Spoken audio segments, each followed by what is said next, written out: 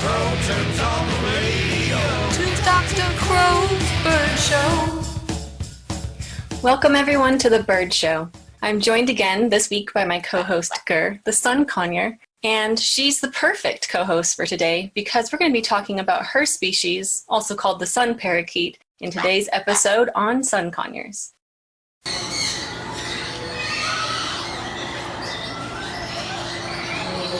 Sun Conures live for 15 to 20 years in the wild typically, and some in captivity have been known to live a bit longer, up to 30 years. Male and female Sun Conures are very similar in color. They have this beautiful, sunny, yellow-orange, fiery appearance, and that's where they get their name, Sun Parakeet or Sun Conure. So even though both the males and females have very similar appearances in terms of their coloration, young Sun Conures will look more green in appearance. And Gir, when I first met her, she was less than a year old, and she had these green feathers. She was pretty much the same size that she is now, but when she had her first molt, that's when all these beautiful yellow colors started coming in. So the green that you see on her wings and on her tail, that was basically the color that was covering her whole body, including her head. So as you can see, Gir can fly quite well. In the wild, they fly quite a bit as well. So they can travel many miles in a single day.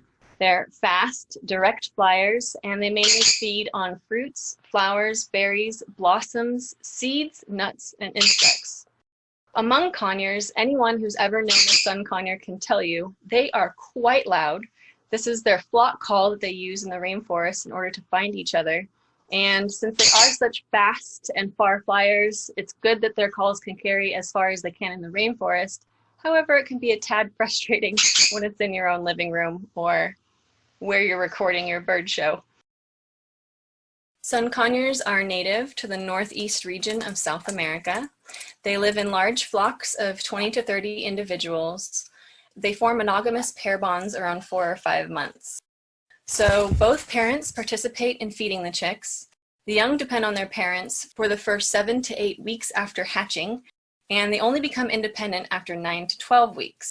In the wild, Sun Conures unfortunately are declining. So Gir and I have known each other since 2006, and at that time they were considered to be least concern according to those who do the red list for endangered species. Just 2 years later, in 2008, they got uplisted all the way from least concern to endangered after studies had shown that they had gone from hundreds of thousands of individuals and being fairly common in the region to possibly extirpated in Guyana and rare in Brazil and French Guiana. The main pressure and reason that they're declining in the wild has to do with trapping, the illegal pet trade. A long time ago, it was legal to trap parrots in the wild and to bring them to countries like the United States. Now, unfortunately, it still does happen, but it is illegal. However, there are still other countries where it's not monitored or even enforced at all, and so there is still, unfortunately, trapping pressure on the remaining sun conures in the wild. There's only 1,000 to 2,500 individuals that are known to be left in the wild, which means that by far, sun conures are more common now in people's homes than they are in the wild. So that's not to say that there's no hope for sun conures or sun parakeets at all. There was an article in 2016 that talked about keeping the sun shining in Guyana, recovering the sun conure. And in it they said the sun conure is vanishing. Wildlife trafficking has nearly eliminated the beautiful species from Guyana. So they're trying to construct a breeding facility and identify captive birds in the pet trade that are descended from birds captured in Guyana so that those can serve as the founders for a reintroduction program. On all the research that I did, I couldn't find out what had happened with the project. Like I said, this was in 2016 that I found this information from. So hopefully they found the funding they needed, the facilities they needed, and the support in the community in order to make this a reality, because it really would be a shame that in my lifetime, in Gir's lifetime, if the species became completely extinct in the wild. So that's a little bit of an overview about sun conures. Now let's move on to some bird tales.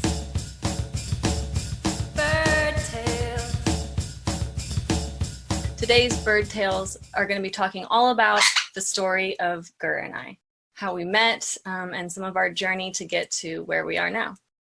Gir was hatched in late 2006 in a small pet store in the city of Berkeley, California. She was actually a gift to me for my 21st birthday from my brother. My brother had seen my love for birds and knew about a bird that I had in college, Coupon, who had unfortunately passed away. And up to that point in my life, it was the most devastating thing that had ever happened to me.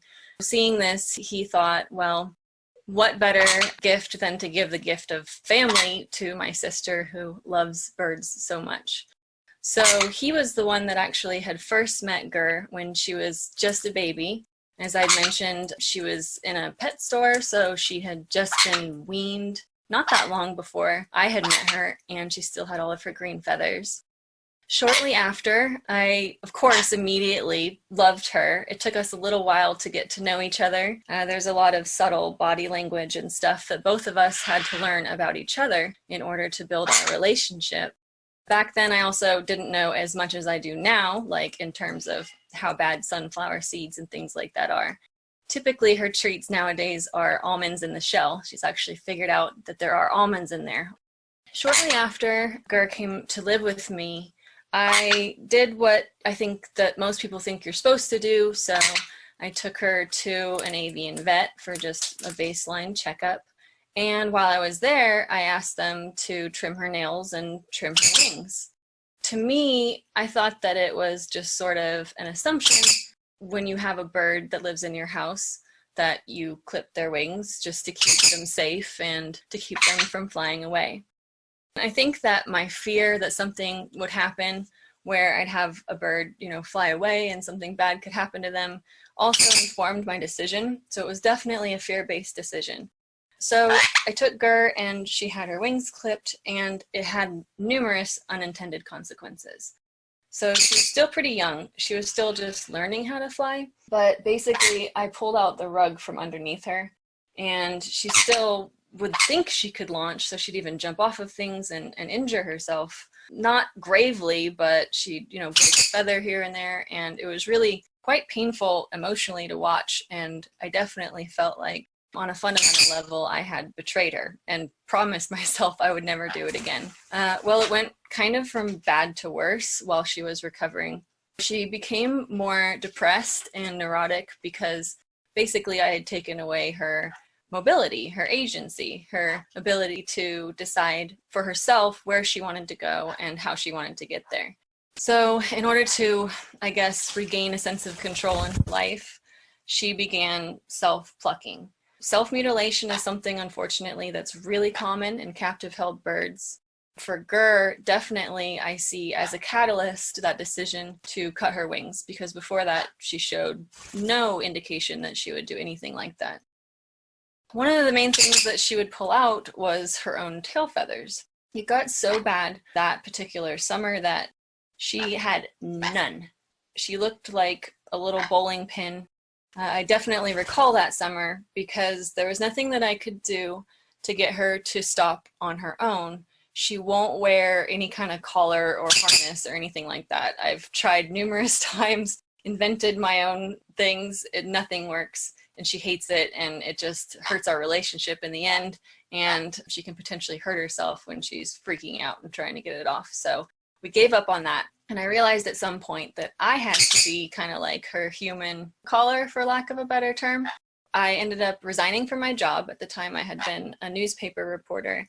And I spent 24 hours a day with Gir, just telling her to stop messing with her feathers every time that she would, and redirecting her and trying to do more enrichments. And it took us several months, but fortunately, we did make it through it, and so I'm really thankful for that. Of course, it's always a fear that it could come back up. We've spent several years in that particular house. Then we ended up moving across the country, and so that was its own adjustment, and that was the first time that Gir really had to negotiate living with children, and that didn't go so well. There's still a little bit of mixed results in that regard, but Gir has quite a few, I'd call them phobias. She doesn't like socks. She doesn't like hangers. She hates water bottles, and unfortunately, she hates children. We had to invent a whole sign system and have different bird rooms and stuff like that. And it's been really challenging through the years to navigate spending time with the kids, spending time with the bird, who gets priority. And a lot of people would give the advice to give up the bird because, you should always prioritize human children above non-human animals. I feel differently. I had made a commitment to Gir that was a lifelong commitment before making a commitment to the human children that entered my life a little bit later. I don't take that lightly, and there are ways to compromise, and it is really hard, but we've managed to make it work through the years. And now that my kids are teenagers, I'm happy to report that although they don't get along perfectly, they do get along a lot better than they did when they were younger. But I do rest assured that she knows that in terms of stability, I'll always be here for her, and she'll always be my original bird in the flock. She was here even before Luca. Gir was hatched in 2006. That means that this year she'll be turning 14 years old, which is middle-aged, actually getting up there for Sun Conures, which makes me sad to think about because in a lot of ways it's been a lifetime. We've both grown up together, but in some others it feels like it hasn't been hardly any time at all, and it's not enough. But nowadays we do pretty well with trying to have a flock that's as integrated as possible, although not everyone tends to get along. Gir and Luca get along fine as long as Luca stays on his cage. She gets very particular about where he should be. But Skittles, the green cheek conure that you've seen here a few times, she can't be out when Luca is out because she could potentially get injured by him, not realizing how much bigger he is, and his cage isn't locked, so he could get her as she's flying by. Also, unfortunately, Skittles and Gir don't really get along that well, even though they're both conures. A lot of people think since they're similar species, they would automatically be friends, but Gir and I lived together for so long before having that many other people, let alone any other birds with us. So she's much more attuned in a lot of ways to human culture than she is to bird culture, which helps her communicate with humans better than some other birds, body language, etc. I'll give you an example. So Gir and I have a lot of rules. Gir is not supposed to poop on me. It's not to say she never does. She's not supposed to poop on the bed, on the couch, certain places, but she is trained to go on command when she's held over a toilet or when she's held over a sink.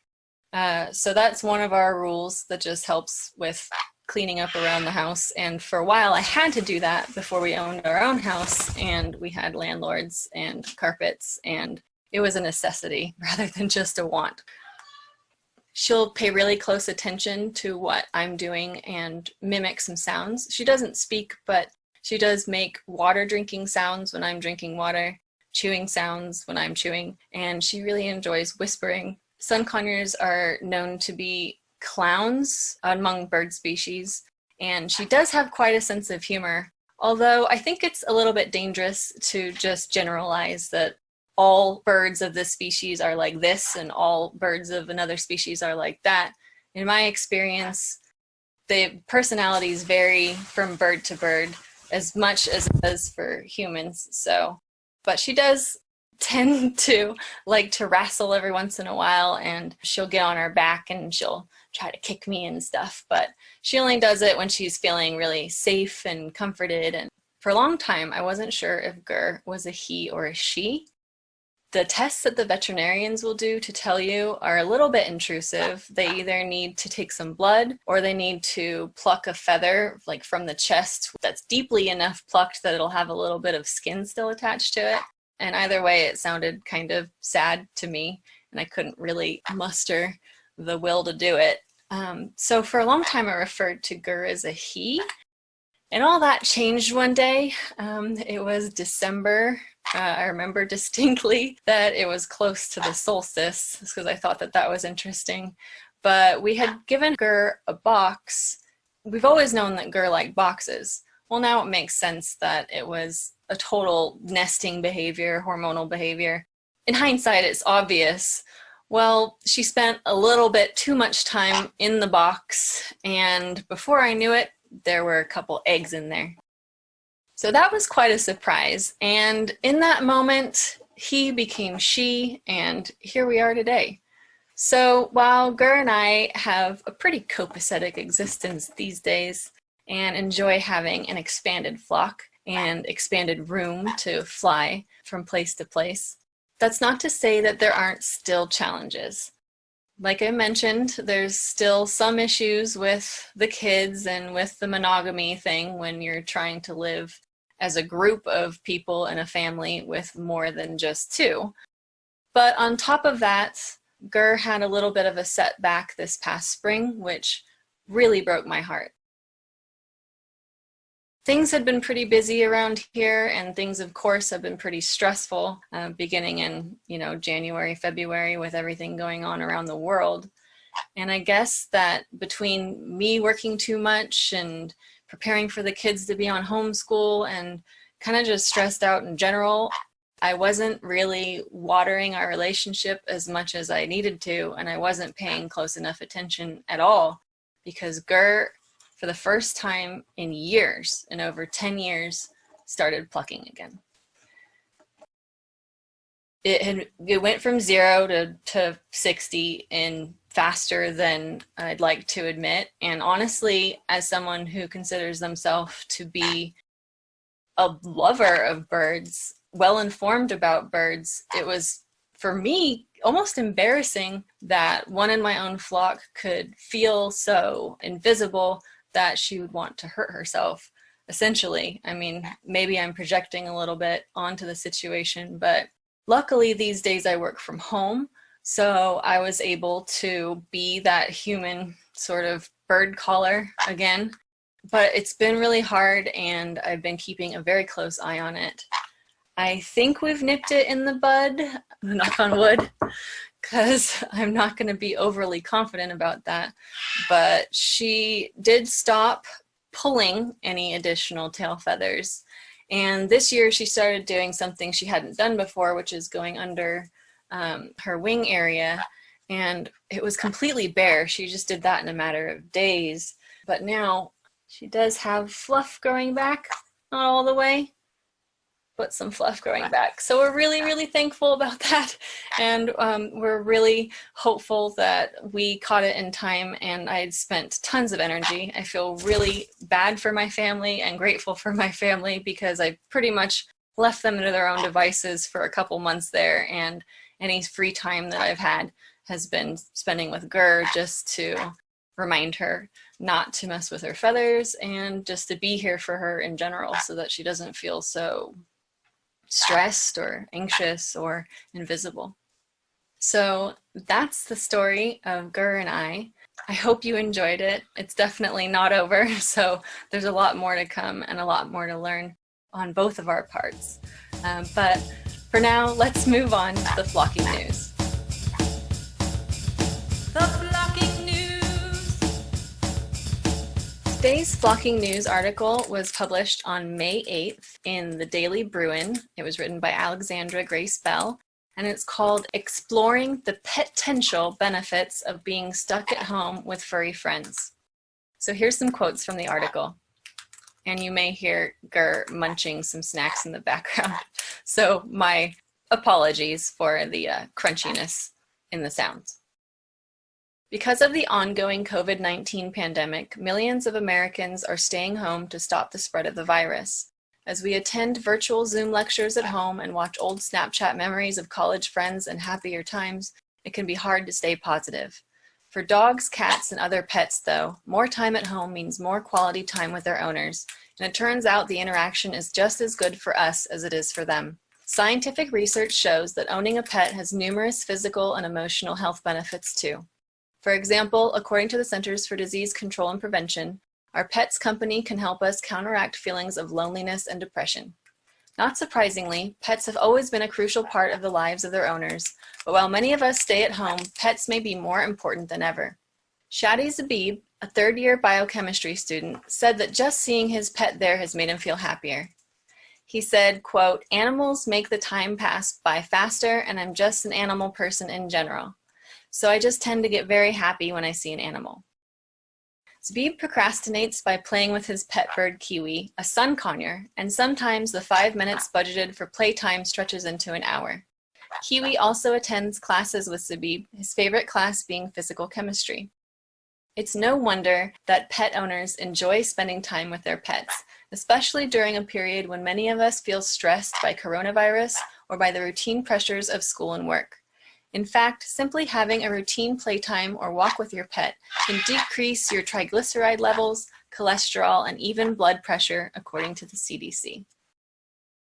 So, of course, with everything that's happening in the world, people are turning to sources of comfort, whether that be food or the animals that they share their homes with. I kind of feel bad for all of the dogs, cats, birds, fish, and others who are getting used to having their humans home. I think in a lot of ways, this COVID pandemic underscores how compartmentalized we are when it comes to our work lives and our home lives. And really, when we dedicate our lives to a career, there are people, including animals at home, who we're not getting to spend time with.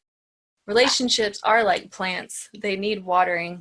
And it is refreshing that even though we have all of this terrible global catastrophe really unfolding around us, it's given us a new opportunity to be able to water those relationships while at the same time following our vocation and getting our work done, which goes to show that probably we could have done it a little bit better the entire time. I know that Gir and some of the other birds in the flock have come with me on more Zoom meetings and things like that over the last weeks and months. And since I did already work from home, is just the realization in seeing other people's cats and dogs that they couldn't sequester off screen, that barge their way into the work meeting. It kind of gave me permission to go, okay, well, I already have all my coworkers here all the time, so why not invite them into the office rather than just asking them to stop yelling outside of it. So I thought that was very timely, of course, but also a little bit of a silver lining in some really dark times. So let's end today's episode with a bird of advice. A bird of advice. As optimistic as the article is that I just shared with you, there is one thing that kind of irks me about it, and I'm really hoping that we can move beyond it as a species, and that is to move beyond the concept of pet ownership to family. So in the article, I don't know if you noticed, but several times it refers to the humans as pet owners, and it kind of implies that pets are there as passive objects that are supposed to comfort us when we need comfort. It's a pretty unidirectional relationship, and from the people I know who love the animals that are in their homes, who consider them to be family, that one-way relationship does not reflect reality.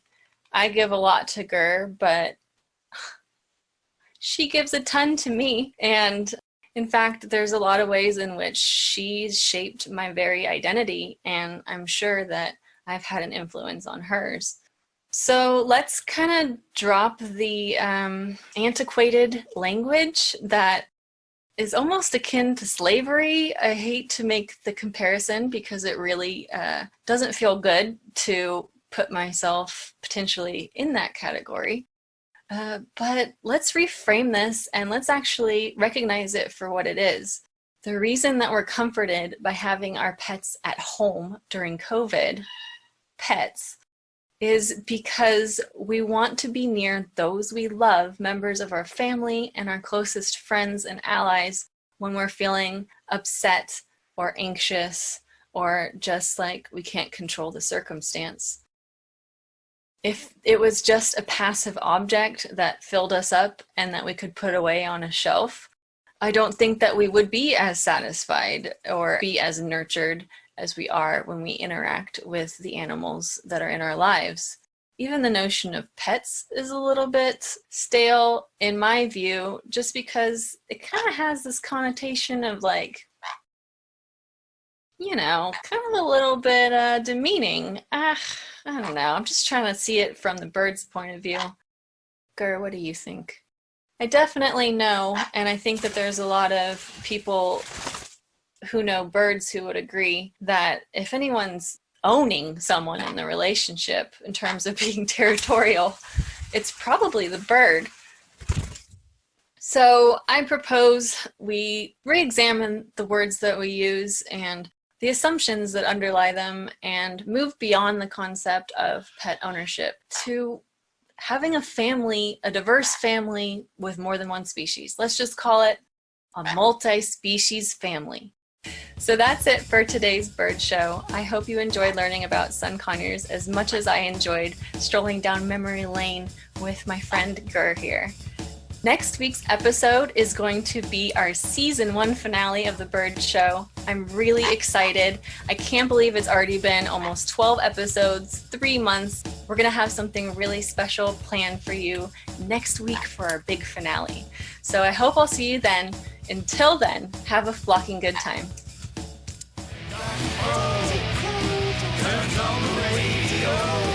When Dr. Crow turns on the radio. To Dr. Crow's bird show.